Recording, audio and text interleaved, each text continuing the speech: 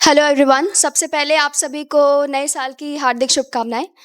तो जैसे नया साल आता है तो मुझे ऐसा लगता है कि नए साल पर हम सबको एक बहुत अलग सा उत्साह होता है, क्योंकि जो भी हुआ पुराने साल में हमें लगता है कि जो गया सो गया, अब आगे वाले साल में हमें कुछ अच्छा करना है।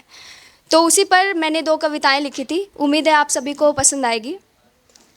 एक नए सवेरे की शुरुआत हुई है, पुराने साल में कई बात हुई है।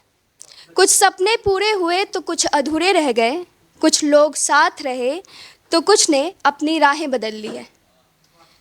कई खुशियों ने मुझे आसमान तक पहुंचा दिया तो कई गमों ने मेरी आंखों को भिगो दिया। लेकिन छोड़ दिया है अब हमने गुजरे दिनों का साथ, खुद की कहानी लिखनी है अब नए पन्नों के साथ। और नया साल आते ही मुझे ऐसा लगता है कि हम सब के दिलों में ना कुछ रिजोल्यूशन आती है कि वो 1-2 दिन ही चलती है। नहीं, मेरे भी ख़त्म हो चुके हैं। तो क्योंकि वो पूरा नहीं होता है एक्चुअली, कि वो 1-2 दिन ही रहता है कि हमें ये करना है, हमें वो करना है। तो हम सबकी एक बहुत बड़ी ड्रीम होती है कि एक लिस्ट हमारी तैयार होती है कि 1 साल में हमें इन सारी चीज़ों को पूरा करना है। लेकिन क्या होता है ना कि ज़िंदगी वैसी नहीं चलती जैसा हम सोचते हैं, चाहे फिर वो कोई इंसान से मिलना हो या फिर किसी चीज़ को पूरा करना हो।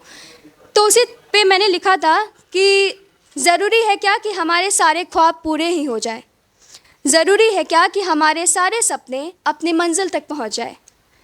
मिल जाए अगर सब कुछ तो खोने का डर खत्म हो जाएगा। कर ले अगर हम सारे रास्ते तय तो नए रास्तों पर चलने का मौका न मिल पाएगा। कुछ ख्वाब अधूरे रह जाने दो, कुछ अधूरी कहानियाँ बन जाने दो। सारे ख्वाब अगर पूरे हो गए तो टूटते तारे कब नज़र आएंगे। अगर मिल गया हमें सब कुछ तो भला ऊपर वाले पर हम भरोसा कब दिखला पाएंगे।